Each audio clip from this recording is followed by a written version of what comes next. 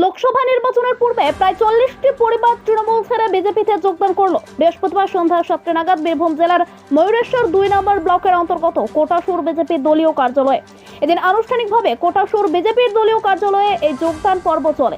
উক্ত কর্মসূচিতে উপস্থিত ছিলেন 2024 লোকসভা নির্বাচনের বোলপুর লোকসভা কেন্দ্রের বিজেপি প্রার্থী প্রিয়া সাহা। এছাড়াও এই কর্মসূচিতে উপস্থিত ছিলেন ময়ূরেশ্বর বিধানসভার বিজেপি কনভেনার সুকান্ত মণ্ডল সহ আরো অনেকে। এদিন যোগদান পর্বের পর কি জানালেন তৃণমূলের প্রাক্তন কর্মী সহ বোলপুর লোকসভা কেন্দ্রের বিজেপি প্রার্থী, চলুন শোনাবো।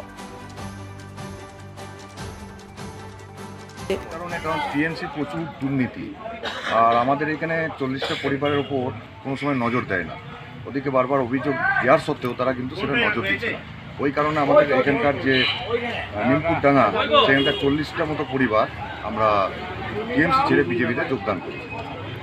কি নাম আপনার? বিশ্বজিৎ কর্মকার। আমরা দেখুন প্রথম থেকেই ঝুঁকিয়ে পড়েছি একদম পুরো কদমে। এবার আমরা কোমর বেঁধে নেমেছি মাতৃশক্তি। এই যে রাজ্য সরকারে যিনি বসে আছেন মুখ্যমন্ত্রী পদে, উনি একজন মহিলা মুখ্যমন্ত্রী হয়ে যেভাবে নারীদের ওপর প্রতিনিয়ত ধর্ষিত নির্যাতিত মহিলারা হচ্ছে, তারপরেও উনি নিজের রাজ্য না দেখে অন্যের রাজ্যে দেখে বেড়াচ্ছেন যে কি চলছে। তো এই মহিলা মুখ্যমন্ত্রীকে উৎখাত করার জন্য আমরা মাতৃশক্তি আর ঝাঁপিয়ে পড়েছি এবং ওনাকে এই রাজ্য ছাড়া করব, এটুকু আমাদের সংকল্প। এই নির্বাচনে তৃণমূলের কাছ থেকে আপনারা কতটা পিছিয়ে? কোনোদিনই আমরা পিছিয়ে ছিলাম না, লড়াইয়ের মাঠে আমরা আছি এবং শেষ পর্যন্ত লড়াই আমরা করে জয়ী হয়েই আমরা ফিরি। গত বিধানসভাতে দেখা গিয়েছিল আপনাকে সাঁইথিয়া থেকে প্রার্থী হতে, কিন্তু সেই আপনার এলাকা থেকেই বেশ কিছু মানুষ অভিযোগ করছেন যে নির্বাচনের প্রার্থীর পর কিন্তু আপনাকে কোনোভাবেই কিন্তু দেখা যায়নি যখন ভোট শেষ হয়ে গিয়েছিল।